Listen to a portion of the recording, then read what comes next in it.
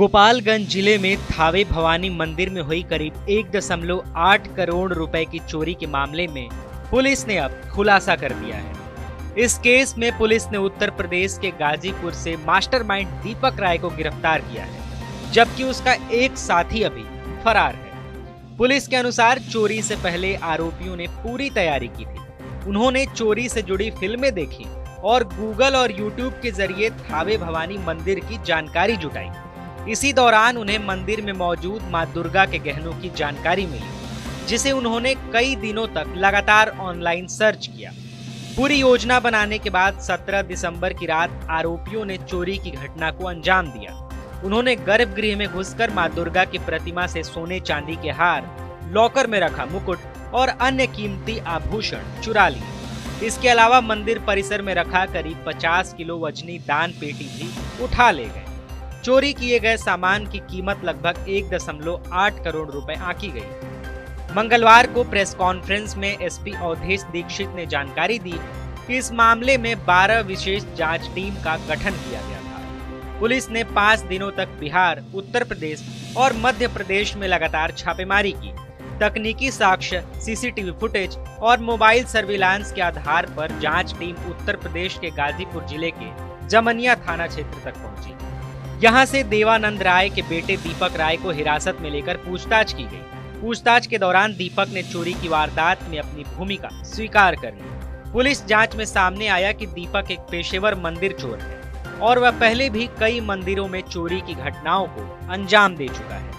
SP ने बताया कि मार्च 2025 में दीपक ने मध्य प्रदेश के महू जिले के शीतला माता मंदिर में चोरी की थी। उस दौरान वे जेल गया था और 13 नवंबर 2025 को जेल से बाहर आया था। जेल से छूटने के बाद उसने फिर से मंदिरों को निशाना बनाने की योजना बनानी शुरू कर दी। पुलिस के मुताबिक दीपक ने थावे मंदिर के साथ साथ पुणे के एक बड़े मंदिर की भी रेकी शुरू कर दी थी। उसने गूगल सर्च के जरिए मंदिर का स्ट्रक्चर, गर्भगृह, मां दुर्गा के मुकुट और आभूषणों से जुड़ी जानकारी जुटाई।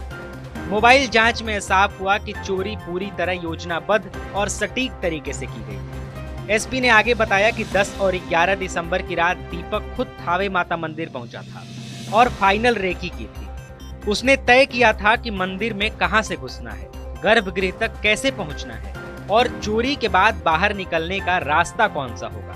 इसके बाद 17 दिसंबर की रात उसने अपने साथी के साथ चोरी की घटना को अंजाम दिया। पुलिस के अनुसार आरोपी मंदिर के पीछे बन रहे एक मकान से रस्सी के सहारे मंदिर परिसर में दाखिल हुए थे। रेकी और चोरी दोनों एक ही तरीके से की गई। घटना के बाद आरोपी गांव के रास्ते से होते हुए अपने घर लौट गया। जांच में अभी सामने आया कि दीपक ने चोरी किए गए आभूषण अपने पास नहीं रखे थे। उसने सभी कीमती गहने अपने साथी को सौंप दिए थे ताकि पकड़े जाने की स्थिति में उसके पास से कोई बरामदगी न हो सके। इसी वजह से अब तक आभूषण बरामद नहीं हो पाए। पुलिस ने दीपक के पास से रॉड कटर, चोरी के समय पहने कपड़े, मोबाइल फोन, बाइक और बैग बरामद किए। मोबाइल फोन में थावे मंदिर से जुड़ी पूरी सर्च हिस्ट्री मिली है। इसके अलावा चोरी के बाद भी आरोपी सोने और आभूषणों की कीमत से जुड़ी जानकारी लगातार सर्च कर रहा था। एसपी ने बताया कि दीपक हमेशा मंदिरों को ही अपना निशाना बनाता था और चोरी से जुड़ी फिल्मों को देखता रहता था। चोरी से पहले उसने एक बिहार आधारित फिल्म भी देखी थी, जिसमें बताया गया था कि पुलिस किस तरह अपराधियों तक पहुंचती है। पुलिस जांच में मंदिर प्रशासन या किसी अन्य व्यक्ति की संलिप्तता सामने नहीं आई। और दिनांक 17 और 18 की रात में 2 चोरों के द्वारा थावे भवानी के मंदिर में मुकुट, हार और कुछ और अन्य आभूषणों की चोरी की गई थी। इसमें क्योंकि प्रशासन और पुलिस के स्तर से चूक हुई थी, तो हम लोगों ने इसमें जो टीओपी प्रभारी हैं और वहाँ के जो अन्य कर्मी हैं, पुलिसकर्मी, उन पर सब पे कार्रवाई की थी। और क्योंकि चूक भयंकर थी, तो इसमें हम लोगों के स्तर से भी इसकी जो लापरवाही है उसकी हम लोग जवाबदेही लेते हैं, जिम्मेदारी हम लोग लेते हैं एज ए पुलिस अधीक्षक।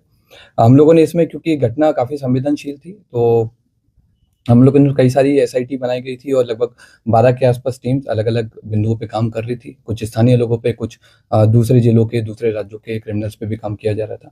उसी क्रम में हम लोगों ने एक व्यक्ति पे फोकस किया जिसका नाम दीपक राय है। ये इसके फादर का नाम देवानंद राय है। ये जमनिया थाना गाजीपुर का रहने वाला है और इसकी हम लोगों ने कल इटवा पुल से गिरफ्तारी की है और इसने अपने अपराध को स्वीकार किया है। इसके द्वारा पूर्व में भी कई सारे ऐसे मंदिर चोरी में अपराध किए गए हैं।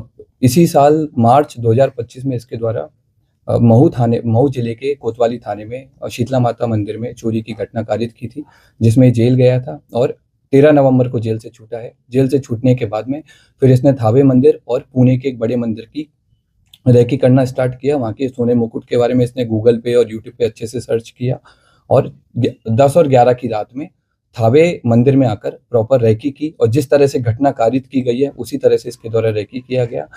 मंदिर के पीछे जो अंडर कंस्ट्रक्शन बिल्डिंग है उसमें चढ़ करके इसने देखा कि कैसे आना है, कैसे जाना है और किस तरह से पूरा प्लान करना है। ये उसने उस दिन पूरा स्ट्रेटेजी बनाई और 17 तारीख की शाम को 5 बजे अपने घर से चलकर यहाँ पर थावे मंदिर में 11:45 के आसपास जिस तरह से रेकी की गई थी उसी तरह से इसके द्वारा घटना को कारित किया गया। कारित करने के बाद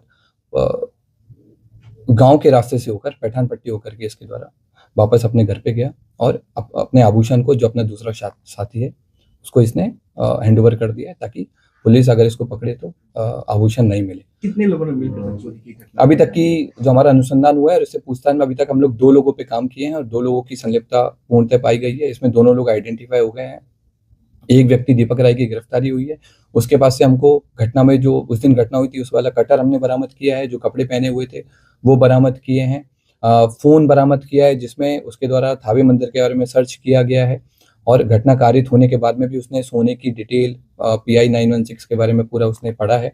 और इसके बाद में हम लोगों ने उसके जो रेकी के टाइम पे जो जूते पहने थे वो जूते हम लोगों ने बरामद किए हैं। रेकी के टाइम में जो बैग यूज किया था वो बरामद किया है। जिस बाइक से वो लोग घटना करने आए थे वो बाइक भी हम लोगों ने आइडेंटिफाई कर लिया। जल्दी भी हम लोग उस बाइक को भी बरामद करेंगे। तो 30 लोग सर उठाए गए थे, उसमें से कोई ये तो नहीं हो? जो हम लोगों ने पहले जिन लोगों को डिटेन किया था पूछताछ के लिए, उन सब लोगों को, क्योंकि उन लोगों की संलिप्तता नहीं पाई गई थी, उन सब लोगों को हम लोगों की तरफ छोड़ दिया गया है। हम लोगों ने इन सारी चीजों पे भी जांच किया था कि क्या कोई स्थानीय लोग या मंदिर प्रशासन की भूमिका रही हो, तो उस तरह की भूमिका भी हम लोगों के सामने नहीं आई है। अब हम लोग की अगली कोशिश माता के जो हार है, जो मुकुट है, उसकी बरामदगी है और दूसरे व्यक्ति की गिरफ्तारी है वो भी हम लोग जल्दी करेंगे। सर, जिस तरह से ये चोरी की घटना को अंजाम दिया था, क्या ये पेशेवर था, क्या किसी मूवी से प्रेरित था, या फिर इसे कैसे पता चल पाई कि मंदिर में यहाँ हार है? ये पेशेवर क्रिमिनल है और इसका हम लोगों ने जब हिस्ट्री देखा है, इसका जब हमने जिस तरह के गूगल सर्चेज किया है तो उससे स्पष्ट हुआ है कि इसके द्वारा लगातार इसने जेल से छूटने के बाद भी, इवन जेल में रहने के दौरान भी इसने कई सारे मंदिर के बारे में डिटेल प्राप्त की है। जेल से छूटने के बाद में कई सारे बड़े बड़े मंदिर के सोने के मुकुट के बारे में इसने सर्च किया है और क्योंकि थावे मंदिर इसके घर से काफी पास था तो इसलिए इसने इस घटना को कारित किया है। इसने कई सारी जो क्राइम थ्रिलर है, जैसे जो बिहार बेस्ड एक मूवी बनी है उस पे भी इसने सर्च किया, उसके बारे में पढ़ा कि कैसे पुलिस अनुसंधान करती है, कैसे पुलिस अपराधी तक पहुंचती है, कांड का निवेदन करती है, ताकि उन सारे तरीकों से बच करके इसके द्वारा उन सारे तरीकों को यूज करके पकड़े जाने से बचा जा सके। क्या उस दिन मोबाइल भी लेकर पहुंचा था? नहीं, उस दिन ये मोबाइल नहीं लेके आया था। इवन जिस दिन रेकी करने आया था उस दिन भी इसने इंश्योर किया था कि इसका कोई भी डिजिटल फुटप्रिंट थावे या फिर गोपालगंज में नहीं रहे, ताकि अगर पुलिस कल को अनुसंधान करे या फिर कोर्ट में आगे ट्रायल हो तो इसके ऊपर कोई ऐसा प्रूफ नहीं मिले कि ये यहाँ पर मौजूद। कितने केसेस में सर ये वांछित रहा है? अभी तक के रिकॉर्ड के हिसाब से हमको इसके ऊपर 5 केसेस मिले हैं, जिनमें बनारस में इसने बाइक चोरी की है, महू में इसने मंदिर चोरी की है और भी हमें लोकल सोर्सेज से पता लगा है कि पूर्व में भी कई सारे मंदिरों में चोरी कर चुका है, लेकिन वो अभी तक उद्भेदन नहीं हो पाए थे, इसलिए इसका नाम नहीं आया है। जमनिया थाना जो इसका स्थानीय थाना है वहां पर भी इसके द्वारा घटना चोरी किए गए आभूषण सर कब तक बरामद हो जाएंगे? हम लोगों की जो टीम्स हैं अलग अलग जगह पर रेकी कर रही है आभूषण को लेकर के, और अनुमंडल पुलिस पदाधिकारी सदर के नेतृत्व में टीम और कई सारे इंस्पेक्टर्स के साथ मिलकर के टीम कैंप की हुई है जिले के बाहर, और हम लोग की पूरी कोशिश है कि जितना जल्दी हो सके हम लोग आभूषण की बरामदगी करें। क्या ये कोई संगठित गिरोह काम करता है या फिर ऐसे ही अपने से खुद? ये खुद अपने आप में एक संगठित गिरोह चलाता है, अलग अलग घटना के लिए अलग अलग लोगों को कन्विंस करता है जिनको पैसे की जरूरत रहती है और घटना को कारित करवाता है। फिलहाल दूसरे आरोपी की पहचान कर ली गई है और उसकी गिरफ्तारी के लिए लगातार छापेमारी की जा रही है। पुलिस को उम्मीद है कि जल्द ही चोरी किए गए आभूषण भी बरामद कर लिए जाएंगे। वहीं इस मामले में पुलिस की ओर से हुई लापरवाही को लेकर दोषी पुलिसकर्मियों पर कार्रवाई